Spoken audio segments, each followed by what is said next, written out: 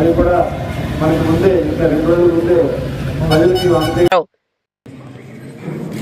వీరవాసరం మండలంలో 23 గ్రామాలకి, భీమవరం మండలం 25 గ్రామాలు పనులు చేసాం. పనులు పూర్తయ్యి మరలా ఎన్ఆర్జీఎస్ రేపు నెలలో ఇస్తా అంటున్నారు.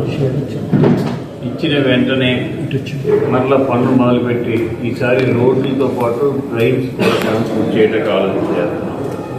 అలాగే జలజీవన్ మిషన్ కింద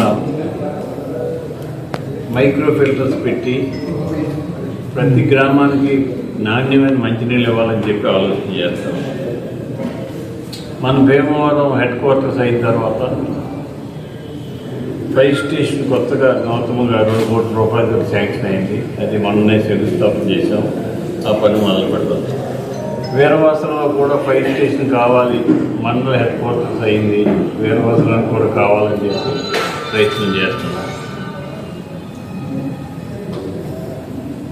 సీఎం రిలీఫ్ ఫండ్ అక్కడ ఆఫీసులో మన మనిషిని పెట్టి ప్రతినిత్యం వందలాది సీఎం రిలీఫ్ ఫండ్కి పంపించి శాంక్షన్ చేయించుకున్నాం. ఇప్పటి వరకు 250 మందికి చేయించాం. 2,28,50,000 రూపాయల వరకు సీఎం రిలీఫ్ ఫండ్ ఇచ్చాం. అన్నిటికంటే ముఖ్యమైన సమస్య ఏమిటంటే టిట్కో హౌసెస్. 8,350 ఇళ్ళు శాంక్షన్ అయ్యి తయారయ్యి 80% పనిచేసి అక్కడ ఉన్నాయి.